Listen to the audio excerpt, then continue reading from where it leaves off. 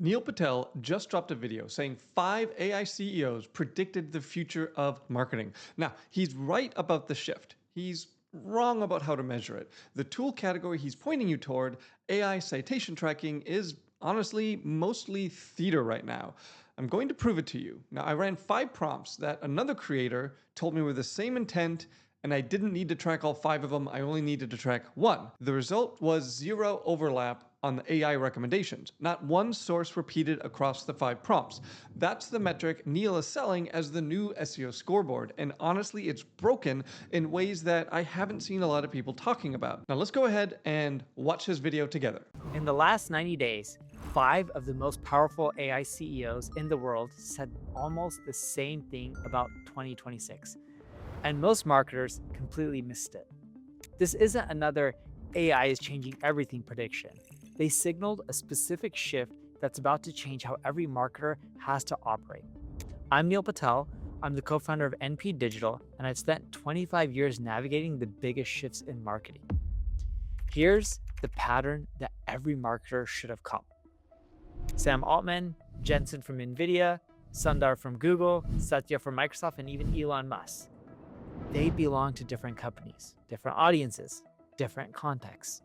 But every single one of them has stopped talking about AI models and started talking about systems, infrastructures, and agents. This means if you're a marketer, you are no longer just optimizing for content for people to find. You are now optimizing to be the source that AI agents pull from, cite, and then recommend. But most marketers have no idea that it's already happening. I know that sounds abstract. So let me show you what this shift is actually doing right now to marketing ROI, because the data is here and it's hard to ignore. This graph that you're seeing right here tracks ROI from GEO, Generative Engine Optimization, and AEO, Answer Engine Optimization. I wanted to stop here. We have negative 28% in 2024 to positive 144% in 2025. That is a massive shift, and Neil is right. But it's proprietary NP digital survey. There's no information on sample size methodology, and a lot of the numbers he presents, like this and the rest of this video, they're not sourced very well. So it's difficult to know what this is based on and how correct these actual numbers are. Now, that being said, directionally, he is absolutely correct. I've seen it across my own client base. AI referred traffic spends more time on the site, they look at more pages, and they convert at a higher rate. The intent is denser because the agent pre-qualifies the users. Google Analytics will show you those referrals, and if you have the right goals set up, you can actually track conversions from them. So that part's real. The specific magnitude honestly reads like a marketing slide, but the direction is accurate. I would take these real numbers, perhaps with a grain of salt. When I first saw the data come back from our team, I actually had to reread it. In 2024, the companies we surveyed that tried GEO saw a negative 28% ROI. In 2025, it flipped to positive 144%. Same strategy, 1 year later, completely different results. And I would expect it to accelerate even further in 2026. Now, we'll analyze why what these 5 CEOs have said matters to you. Then, I'll reveal 3 immediate actions to take before your competition catches on. So let's start where the signal is the clearest, with OpenAI's Sam Altman, and a phrase he used that I don't think most marketers understand.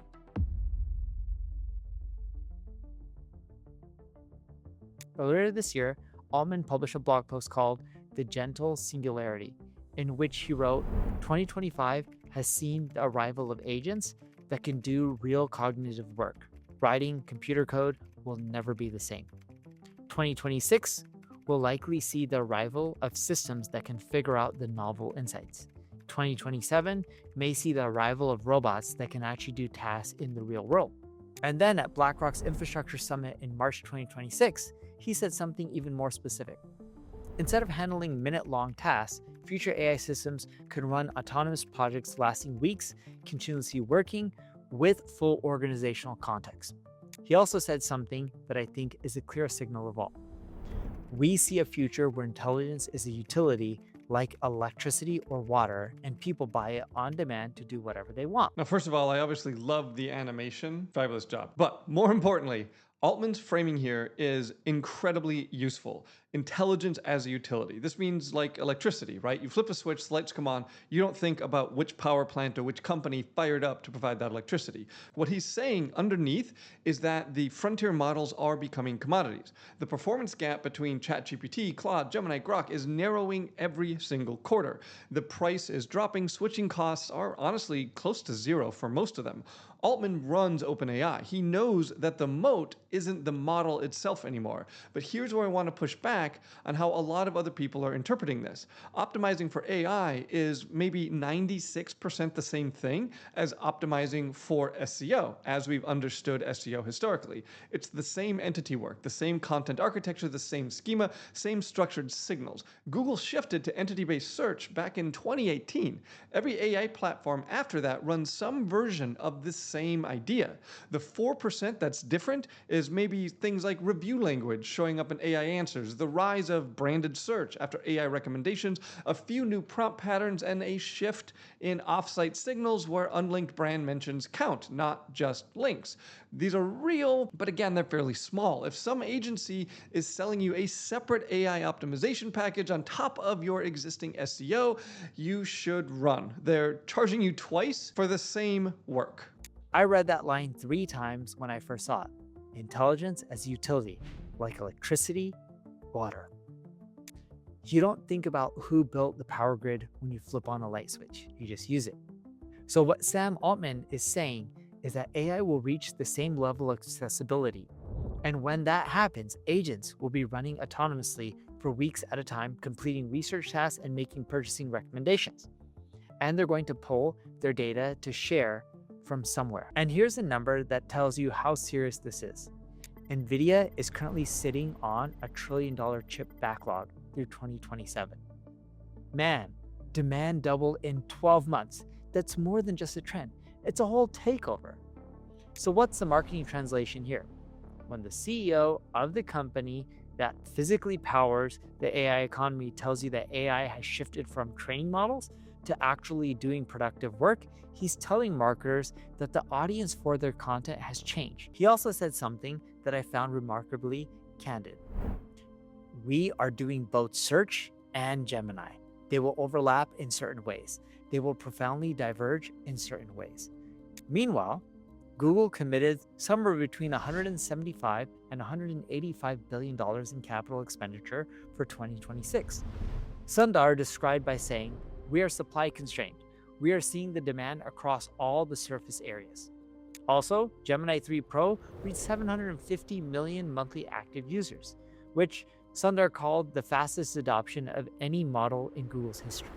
We've been tracking this shift at NP Digital for years. The share of search queries that now get resolved by AI without a single click is climbing fast. Sundar just confirmed from the inside what we've been watching from the outside. So if you work in marketing, this should also immediately ring alarm bells for you. See, SEO is not dying, but the game has fundamentally changed. And the question is no longer, does my page rank for the keyword? The question is, does the AI agent select my content when it's completing a task for someone? That is a completely different optimization. So I actually broke down this interview with Sundar on another video on this channel. I'll go ahead and put a link there. But the one line that matters here is when Google CEO says that search and Gemini will overlap in some ways and profoundly diverge in others. That's a direct quote. And Gemini just hit 750 million monthly active users, faster than any product in Google's history.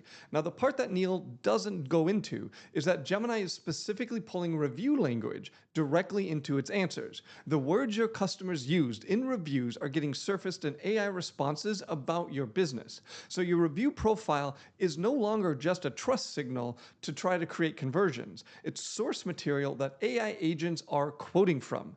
And because of that, we've actually changed the review ask we have our clients send out. The old ask was, hey, could you please leave us a review? Here's the link. That might get you 5 stars in a 1-sentence review that says, great service, thanks, which now is largely useless. The new ask is much more specific. Could you describe what we did for you and how it turned out? That stays inside Google's rules, doesn't bias toward a specific rating, or ask for a specific service employee to be mentioned, but it does cue the customer to actually describe the service, the problem, the outcome. That gives you review content stuffed with attributes that an AI agent is looking for. That's real source material, not 5-star filler. Problem, and most SEO strategies right now aren't built for this one. In 2020, we asked people how they find answers to their questions.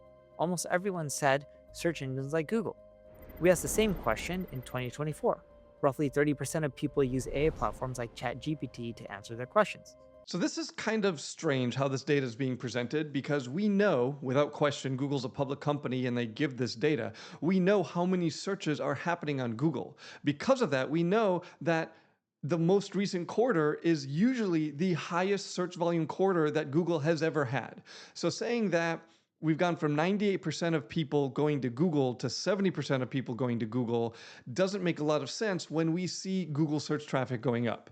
More likely, the pattern that we're seeing is that people are asking ChatGPT or other AI agents questions, then they're checking those answers before they call an actual business. They're checking those answers with Google search itself. That's how people might say, yeah, I got my answer from ChatGPT, but they're still searching on Google. That's the important part here. As this graph shows, nearly a third of people are already bypassing Google entirely when they need answers. Now, sometimes they're getting the solution from other Google properties like Gemini. But Google isn't alone in this prediction. Over at Microsoft, we are hearing something strikingly similar. In December 2025, Satya, their CEO, published a blog post that said something I think is the clearest way anyone has put this. We will evolve from models to systems when it comes to deploying AI for real-world impact. Models to systems. That's the whole thing right there. To put it simple, a model is your marketer opening ChatGPT on Monday morning, writing a blog post, and calling it AI-powered marketing. A system is where that content gets published, tracked for AI citations, and that data feeds back into the next piece automatically. Most teams are doing the first thing and calling it the second. Completely agree here. Models to systems, that's the line. That's the whole game in 3 words. Neil's example here, absolutely dead on. An SEO opens ChatGPT on Monday morning, asks it to write a blog post, calls it AI-powered marketing. That is using a model, one output, one file, sitting in a Google Drive folder. It just doesn't work anymore. It worked a few months ago, but just not anymore. A system is what happens when that content is produced inside a workflow that knows what business it's for, what categories it ties to, what schema it carries, and how it connects to everything else that business has published. And it understands what other businesses have published on that same topic to make sure it's adding informational uniqueness to Google search results, because Google won't index things that just repeat what already is there. Once it goes live, that system then tracks indexing, tracks performance, and the data informs what gets produced next. That is a system, an AI-driven pipeline. One blog post a month, that's not going to move the needle for anybody. Not because the content is bad, but often because the content is bad, but because one piece disconnected from the rest of your architecture is a model output, a coordinated push across dozens of pages, all tied together, all carrying consistent entity signals, all structured so an AI agent can extract clean answers. That compounds, that builds you a moat.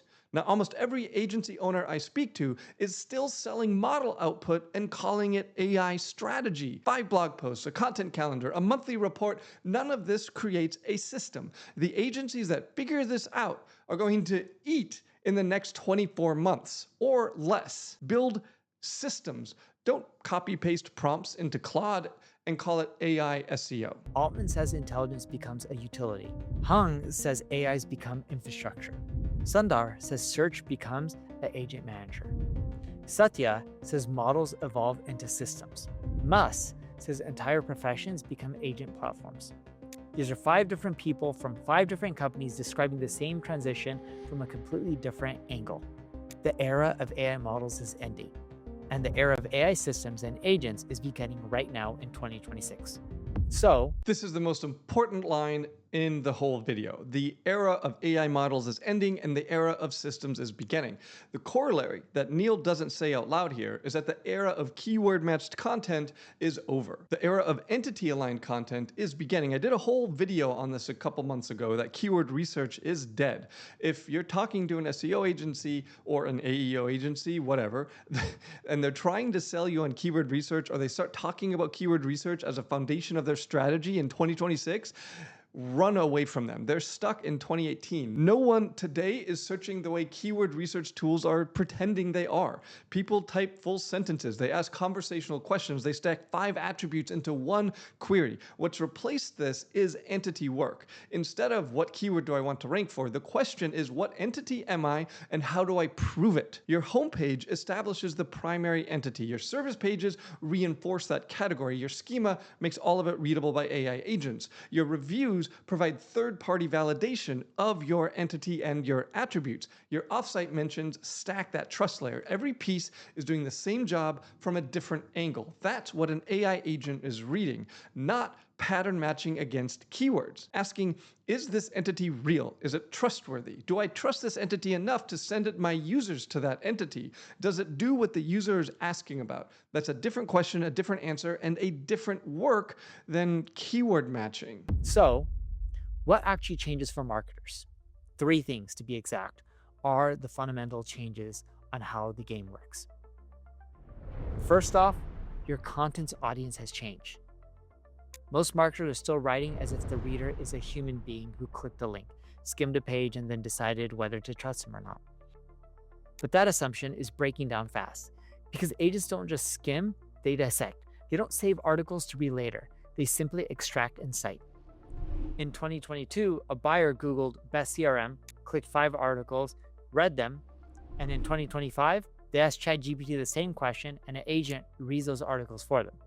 The human never saw your page. The agent did. So was your page written in a way an agent can trust and cite? Absolutely. This is a massive shift that we're seeing on the internet right now. It is not very long before we realize that even with things like local business websites, more and more of the traffic is going to be AI agents and less humans. Now, AI agents read content very differently than humans do. They spend more time. They read every single word. They look for attribute matching to see if that business actually does the very, very specific thing that the user prompted the AI that they're looking for. If somebody asks ChatGPT, find me a nearby coffee shop with fast Wi-Fi, and your website for your coffee shop doesn't mention that you have fast Wi-Fi, then ChatGPT is not going to recommend you, even if you have fast Wi-Fi. Find me the best B2B SaaS marketing agencies under 500 employees. The agent doesn't return links, it builds a shortlist.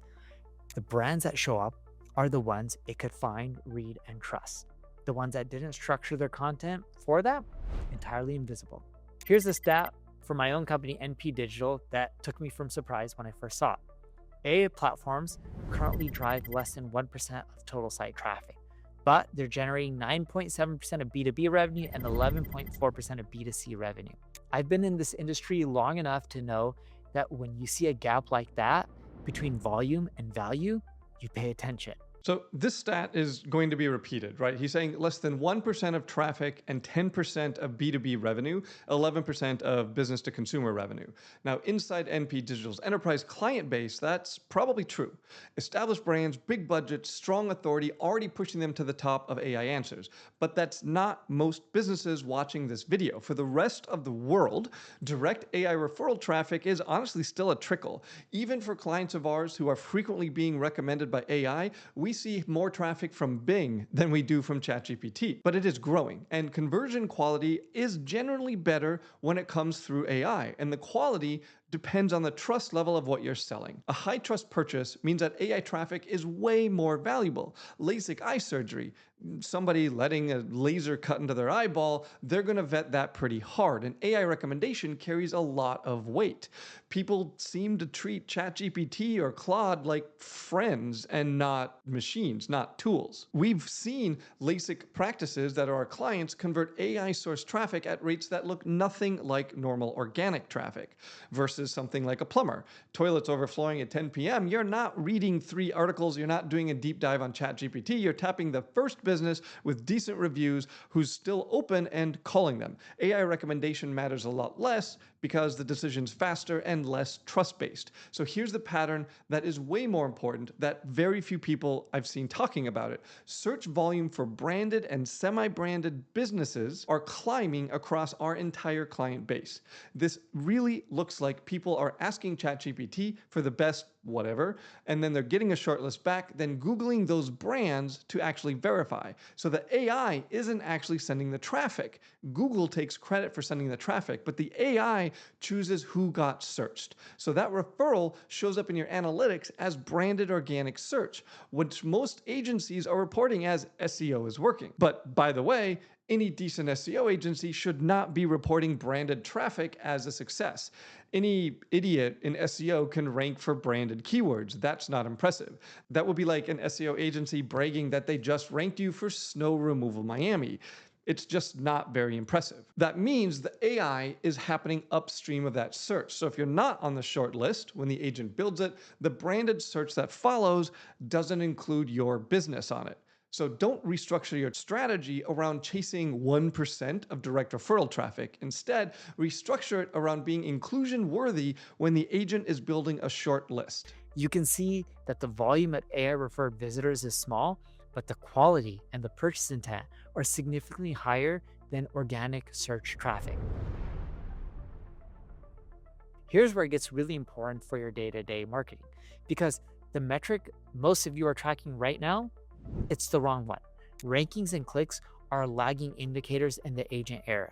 What matters now is whether your content is being cited and recommended by AI systems when someone asks a relevant question. Citation frequency and agent retrieval are the metrics that are going to define marketing authority through the rest of 2026 and beyond.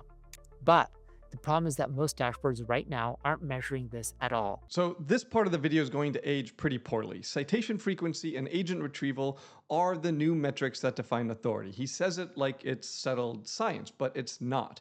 The whole category of AI citation tracking tools is mostly enterprise theater right now. And let's talk about it. Profound, Peak AI, Otterly, Scrunch, Topify, SEMrush has an add-on, Ahrefs has one. Some of them are doing interesting work at the enterprise level, but most of them are really running on the same broken assumption. They have you load in a fixed set of prompts, maybe 20, maybe 100, then they run those prompts on a schedule and chart whether your brand actually showed up or not. That's the product. And the whole thing really falls apart the second you understand how prompt sensitive AI answers actually are. And it's not even being prompt sensitive. AI systems learn who its users are. So even different users sending the exact same prompt will get very different results. Now, let me tell you, I was watching another video on AI citation tracking, and the creator said something, you only need to track one of these prompts because they're all the same intent. And he showed 5 example prompts, and they all looked pretty similar at first glance. Same vertical, same category, same general ask. So I paused the video, I opened ChatGPT, and pasted them in one at a time. Zero overlap between those 5 prompts. Not one source was repeated across the 5 answers. Different shortlists every single time, even though they looked like they had the same exact intent. Completely different recommendations in practice. AI answers are not tied to keywords. They're tied to the specific attributes that the user packs into the prompt. Open on Sunday, takes my insurance, speaks Spanish, under $500. Any of those attributes can flip the entire shortlist.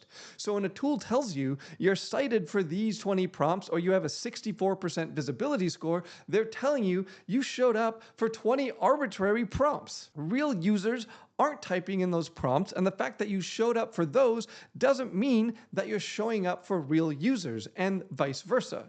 Their users are going to type in prompts you've never seen with attribute combinations the tool isn't tracking. Before you spend $200, $500, $2,000 a month on citation tracking, just do this for free. Open up ChatGPT, type the queries that some customers might actually type different variations of them, 3 or 4 different attribute combinations, and see what comes back. That's going to be a better diagnostic than any dashboard right now because you control the prompts and you know what your customers are actually going to ask. The tools hopefully will get better. This category will look different in the future, but today, paying for citation tracking on a small or mid-sized business is mostly buying yourself a dashboard that makes you feel productive while measuring the wrong thing. So skip it. Build the entity, run the manual check. In Google Analytics, you can see AI source traffic, but spend the money on content and architecture instead. So that's the headline of this whole shift. And honestly, Neil glosses right over it. Everything else he says traces back to one idea: models to systems. Satya said it cleaner. And here's the version for everyone watching who isn't running a Fortune 500 marketing team. A system is not 5 blog posts a month. A system is not a content calendar in Notion. A system is not, we use AI to write our service pages now. Those are tactics. Model outputs dressed up to look like a strategy. A real system is what happens when content production, entity architecture, schema, internal linking, review generation, and offsite signals are all wired together and running on a cadence that doesn't depend on any single person remembering what the next step is. That's hard to build, and that's why almost no one has one. And that's why the businesses and agencies that do build one are going to pull away from everyone else over the next few months. Neil's video is honestly one of the better mainstream takes on what's happening in search. He pointed at the right mountain. The piece he didn't cover, because his audience is enterprise, is what this looks like for everyone who isn't running multi-million-dollar content teams. It's the same principles, but a different execution path. And that's the gap that I've been building inside of. I run a community where I break this stuff down every week. If you want to see what an entity-first system looks like under the hood, the same architecture we've been deploying for clients across dozens of different verticals, I built an AI-driven system that does the work that my SEO team used to do. It does the research, it writes the content, it does the schema, it uploads to YouTube, it does the full system of what works for local SEO. You can check out that video where I walk through it right here.